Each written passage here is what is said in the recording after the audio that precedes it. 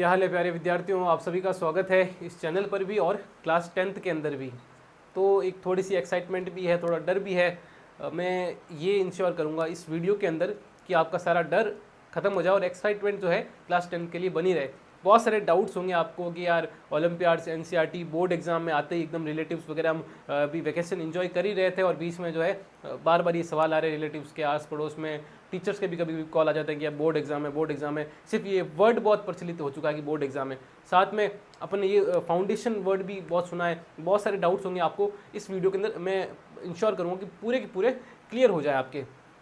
ठीक है, तो अपन धीरे धीरे स्टार्ट करते हैं कि किस तरीके से पढ़ना है, मुझे किस तरीके से स्टार्ट करना है और कैसे मैं एक अच्छा स्कोर गेन कर सकता हूँ। 95, 98 स्कोर जो भी है ना, इतना अच्छा स्कोर अपन कैसे कर सकते हैं और साथ साथ मज़े के साथ साइंस को और बाकी सब्जेक्ट को अपन कैसे पढ़ सकते हैं, ये सारे अपन डिस्कस करेंगे इस वीडियो लेक्चर के अंदर।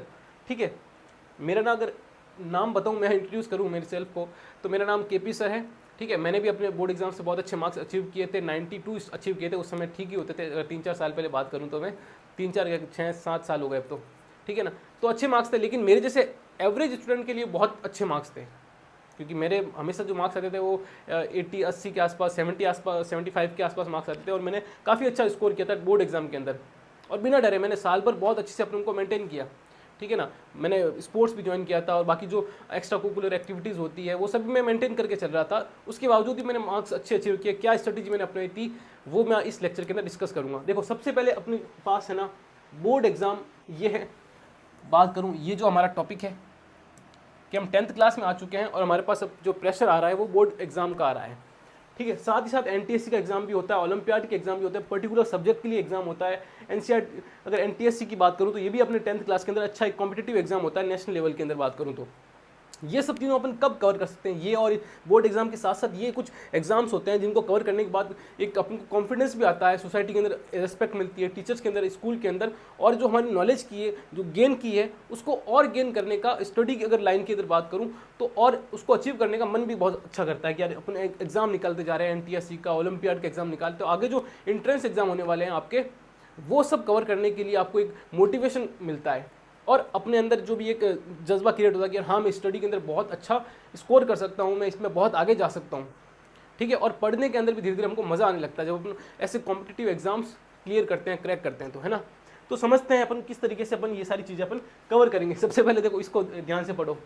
ठीक है ना, अच्छा लिखा है मैंने ये कि ये फाउंडेशन वर्ड का मतलब क्या है। ये जो फाउंडेशन लगाती है लड़कियाँ, ये जो उस फाउंडेशन की बात नहीं हो रही, उस मेकअप वाले सॉरी, उस फाउंडेशन की बात नहीं हो रही है। ये जो है अपने स्टडी लाइन की बात करूँ तो फाउंडेशन का मतलब ये होता है कि 10th के बाद बहुत सारे, अगर अपन 10th के बाद 11th और 12th करते हैं, उसके बाद इंट्रेंस एग्जाम होते हैं बड़ी बड़ी कॉलेज में एडमिशन के लिए, बड़े बड़े कोर्स में, एमबीबीएस के कोर्स, आईआईटी इंजीनियरिंग के, बीटेक के कोर्सेज, अगर सीए की बात करूँ, जो भी अच्छी कॉलेजेस होती है उसके अंदर अच्छी कॉलेज में एडमिशन लेने के लिए, अच्छे कोर्स में एडमिशन लेने के लिए क्या करना पड़ता है कि इंट्रेंस एग्जाम देना पड़ता है।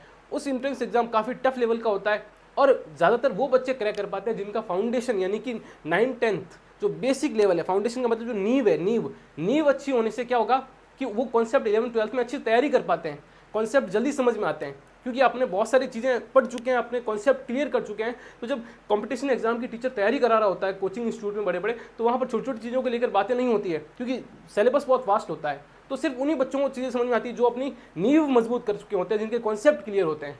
तो फाउंडेशन का मतलब ये होता है। मैं अपने लेक्चर्स के अंदर कॉन्सेप्ट को उसी लेवल पर पढ़ाता हूं, लेकिन सोचने की जो क्षमता है उस लेवल पर ले जाकर हम क्रिएट करते हैं हमारे चैनल पर, क्योंकि हम सारे वो स्टूडेंट्स हैं, हम सारे वो फैकल्टीज़ हैं एक्चुअली बताऊं तो, क्योंकि हम वो सारे एग्जाम्स क्लियर करके आ चुके हैं, चाहे मेडिकल एंट्रेंस हो, चाहे जेई का एग्जाम हो। तो हमें पता है कि एक एवरेज बच्चे को कॉन्सेप्ट कैसे क्लियर करना है, उसकी फाउंडेशन कैसे तैयार करना है। तो हमारा चैनल बेसिकली इसी मोटो के साथ काम कर रहा है धीरे धीरे, है ना। तो फाउंडेशन का मतलब आई होप आपको समझ में आ चुका होगा।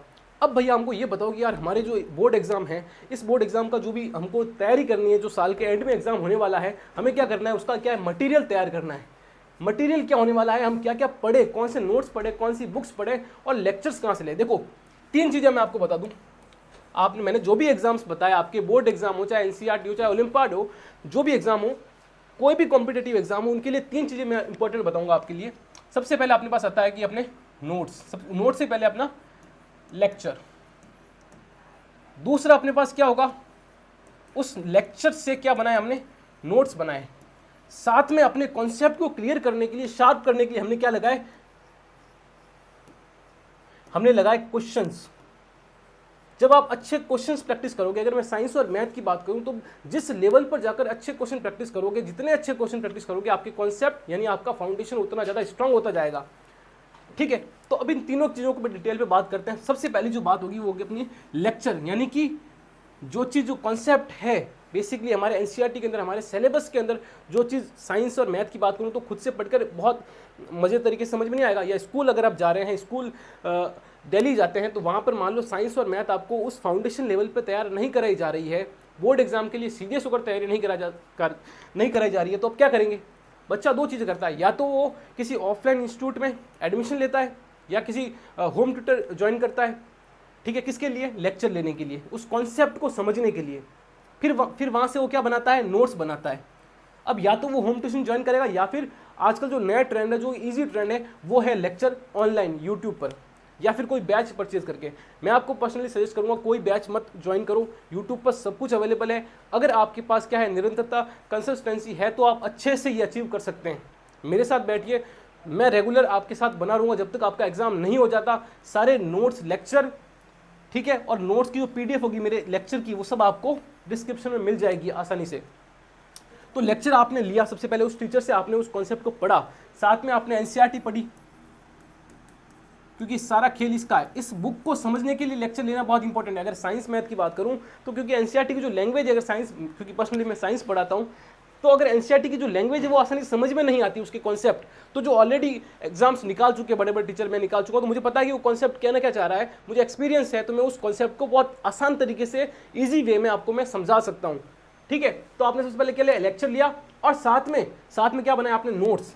अब देखो नोट्स हमें किस तरीके से बनाना है, कंफर्टेबल होगा, क्योंकि मैं यहाँ पर ऐसा नहीं करना है कि आपको सिर्फ इस पेन से ही लिखना है, या ग्रीन पेन से लिखना है, ब्लू पेन से लिखना है, पर्टिकुलर ऐसा नहीं है। आप किसी भी पेन से लिख सकते हैं, किसी भी तरह के नोट्स बना सकते हैं। मेरे जो नोट्स बनाएंगे आप अपने फाउंडेशन को तैयार करने के लिए, उस हिसाब से मेरा लेक्चर लीजिए, क्योंकि मैं अपना जो कॉन्सेप्ट बताऊंगा वो आपको आगे के लेवल के लिए, और आपके बोर्ड, एनसीईआरटी, जो ओलंपियाड, एनटीएससी, तो कुछ भी नहीं है, आपके आराम से कवर हो जाएंगे, क्योंकि कॉन्सेप्ट को बहुत तरीके से समझाया जाएगा। तो नोट्स को इस तरीके से बनाए, जिस भी लैंग्वेज में आप लिखना चाहते हैं, जो आपको अच्छा लगता है उस तरीके से लिख सकते हैं। ऊपर जो कॉलम होते हैं, जो मैं एक्स्ट्रा चीज़ें बताता हूँ, जो नए कॉन्सेप्ट, नए फैक्ट्स बताता हूँ, तो आप उनको ऊपर भी लिख सकते हैं। ऐसा तो नहीं मैं कॉपी चेक करूँगा फिर रेड पेन से करूँगा कि ये ऊपर क्यों लिखा, यहाँ पे डेट लिखनी थी, ऐसा कुछ भी नहीं है। हमें साइंस को समझना है, उसकी क्यूरियोसिटी को समझना है। ठीक है, तो नोट्स किस तरीके से बनाना आपको समझ में आ गया, लेक्चर लेना है। उसके बाद क्वेश्चंस पे आते हैं अपन। थोड़ा मैं इसको ऊपर करूं, अगर मैं इसको ऊपर करूं, ये देखो, अगर मैं बात करूं किसकी? क्वेश्चंस की, तो क्वेश्चंस से ही हमारा क्या होगा? साइंस और मैथ के कॉन्सेप्ट क्लियर होंगे। अगर मेन सब्जेक्ट की बात करूं तो मैं क्या करना है आपको? सबसे पहले अपने एनसीईआरटी के क्वेश्चंस जो मैं सॉल्व कराऊंगा बहुत सारे, और अलग भी लेके आऊंगा। दूसरे पीवाईक्यू। सर ये पीवाईक्यू क्या होता है? प्रीवियस ईयर क्वेश्चंस, यानी कि बोर्ड एग्जाम में लास्ट ईयर कैसा पेपर आया था, उसके लास्ट ईयर कैसा पेपर आया था, उससे क्या होता है, हमको उस टीचर की मेंटेलिटी समझ में आने लगती है कि बोर्ड एग्जाम में हमारा क्वेश्चन पेपर बेसिकली बन कैसे रहा और किस तरीके से बनता है। ये क्वेश्चन मैंने पढ़ा, ये टॉपिक मैंने पढ़ा, इस टॉपिक से किस तरह के क्वेश्चन एक्चुअल में बोर्ड एग्जाम में आते हैं, वो हम डिस्कस करेंगे, और आपको पीडीएफ भी देंगे कि किस तरीके से पीवाईक्यू करना है। साथ में एनसीईआरटी, हमारे टेक्स्ट बुक के कौन से क्वेश्चन है, उनको भी अपन डिस्कस करेंगे। तो ये हमारा क्या हो जाता है यार, ये हमारा क्या हमने तैयार कर लिया, हमने बेसिकली क्या तैयार कर लिया, हमने हमारा मटेरियल तैयार कर लिया, जो हमें परफॉर्म करना है, जो नॉलेज थी वो हमने गेन कर ली। कैसे? लेक्चर से, नोट से, क्वेश्चन से। ठीक है, नेक्स्ट स्लाइड पे चले अपन, नेक्स्ट स्लाइड पे चलते हैं। चलो, ये आ गई अपनी नेक्स्ट स्लाइड। इसमें क्या लिखा मैंने, अपने जो मटेरियल तैयार किया वो ऐसे नहीं होने वाला है एक बार लेक्चर देख लिया मोटिवेट हो गया और ऐसा नहीं। साल भर आपको क्या रखनी पड़ेगी? कंसिस्टेंसी रखनी पड़ेगी। और वो कंसिस्टेंसी कैसे आएगी? जब आप पढ़ते पढ़ते एंजॉय करने लगोगे उस चीज़ को, उस कॉन्सेप्ट को एंजॉय करने लगोगे, एक अच्छे टीचर से पढ़ोगे आप, तब आपको ऐसा लगेगा कि यार हाँ मुझे पढ़ने में मजा आएगा, और नेक्स्ट लेक्चर के, नेक्स्ट वीडियो लेक्चर के आपको वेट करोगे कि यार ये लेक्चर कब आएगा। ठीक है, साथ में जो दूसरा जो डाउट होगा, जो क्यूरी होगी मेरे हिसाब से, वो होगी कि स्कूल लाइफ और कोचिंग लाइफ, ये जो कोचिंग और स्कूल का जो ट्रेंड है। अब देखो, आपने दोपहर के 2-3 बजे तक आप स्कूल से आते हो, उसके बाद 4 बजे कोचिंग चले जाते हो, बड़े बड़े कोचिंग होते हैं, फिर तो आपको शाम को 7 बजे तक वहाँ बिजी रखते हैं। मैं इसको बिल्कुल भी फेवर नहीं करूँगा। अगर आपको ऑफलाइन कोचिंग ज्वाइन करनी भी है तो आप 1 या 2 घंटे के लिए आप ऐसी कोचिंग ज्वाइन करिए, ऐसा ट्यूटर के पास जाइए जो आपको पर्टिकुलर वो सब्जेक्ट पढ़ाता है, इससे क्या होगा कि आपका पूरा दिन नहीं जाएगा, पूरा साल वेस्ट नहीं होगा। यानी कि आप अपने आप को, आप सोने का, अपने शरीर को, अपनी बॉडी को सोने का टाइम भी दीजिए, ठीक है। उसके साथ साथ आप 1 घंटा शाम को खेलिए भी, वो भी बहुत ज़रूरी है। ऐसा नहीं उसको बंद कर दिया, हाँ ठीक है एग्जाम्स नज़दीक आ रहे तो हमने बंद कर दिया, लेकिन पूरी तरीके से लाइफ को इस तरीके से क्या है कि अंडरग्राउंड नहीं करना है। इससे आपका मेंटल प्रेशर बढ़ता जाएगा, बाल उड़ जाएंगे, ठीक है, डिप्रेशन वगैरह, ऐसा काम अपन को नहीं करना है। मैंने भी अचीव किया अच्छे खासे मार्क्स, ठीक है, एवरेज होने के बावजूद भी, और भी बहुत सारे टॉपर्स करते हैं। ऐसा कोई ज़रूरी नहीं कि जो सारे दिन स्कूल और कोचिंग में पढ़ता रहता है 4-4 5-5 घंटे उसके ही 98 आते हैं, ऐसा कुछ भी नहीं है। तो इस तरीके से मैं आप टाइम मैनेज करना सिखाया मैंने आपको कि किस तरीके से अपन को कोचिंग ज्वाइन करना है। जो सब्जेक्ट हमको वीक लगता है उस सब्जेक्ट के ऊपर थोड़ा फोकस एक्स्ट्रा करिए, और कुछ भी नहीं होता है, ठीक है। बाकी रिवीजन करते रहिए। दूसरा ये एक और बताता हूँ आपको, नेक्स्ट टॉपिक क्या लिखा मैंने, कितने घंटे पढ़ना है भैया। देखो स्कूल से आओ, जो टॉपिक वीक है उसको कम से कम 1 घंटा 2 दिन के अंदर रेगुलरली 45 मिनट के आसपास।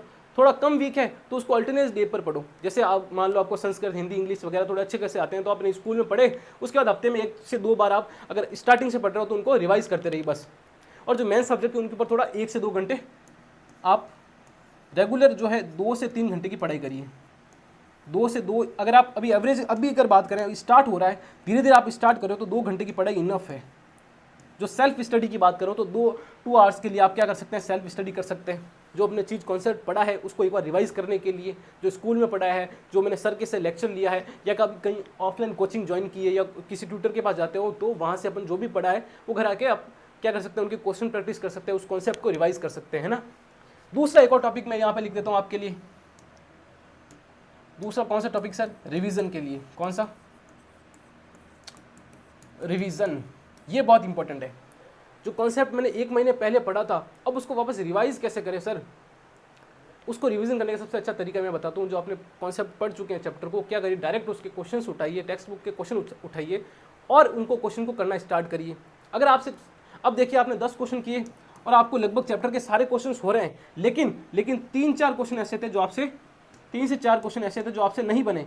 और वो अब देखिए कि वो क्वेश्चन कौन से टॉपिक से थे। उस चैप्टर के अंदर 10 टॉपिक थे, 10 टॉपिक में सारे क्वेश्चन हो रहे थे, लेकिन कुछ एक टॉपिक ऐसे हैं जिनके क्वेश्चन नहीं हो रहे, 2 से 3 टॉपिक ऐसे जिनके क्वेश्चन मुझसे गलत हो रहे हैं। तो मेरे लेक्चर देखिए, किसी भी जो भी आपको टीचर अच्छा लगता है या अपने ट्यूटर से मिलिए, उससे बोलिए कि सर मुझे ये टॉपिक वापस से रिवाइज कराइए। तो सबसे बेस्ट तरीका मैं आपको यही सजेस्ट करूंगा रिवीजन का। ओके, तो हम मटेरियल देख लिया हमने, हमारा टाइम कैसे मैनेजमेंट करना है, कितने घंटे पढ़ना है और कंसिस्टेंसी। नेक्स्ट स्लाइड क्या कह रहा है अपना, टाइम टेबल। जो हमारी लास्ट जो स्लाइड है वो है कि टाइम टेबल। अब टाइम टेबल ऐसा कुछ नहीं बताऊंगा मैं आपको कि रोज़ 9:45 पे उठना है, फिर जो है अपने इतने बजे खाना खाना है, इतने बजे सोना है, ऐसा कुछ टाइम टेबल नहीं होता है। टाइम टेबल का मतलब सिंपल सा मीनिंग है कि भाई अपने कंसिस्टेंसी से इसका रिलेशन है सीधा सा, कि भैया ऐसा टाइम टेबल होना चाहिए कि मैं रेगुलर इसको फॉलो कर सकूँ। इस टाइम टेबल में आप क्या रखिए कि आधा से 1 घंटा शाम को अपने खेलने के लिए रखिए।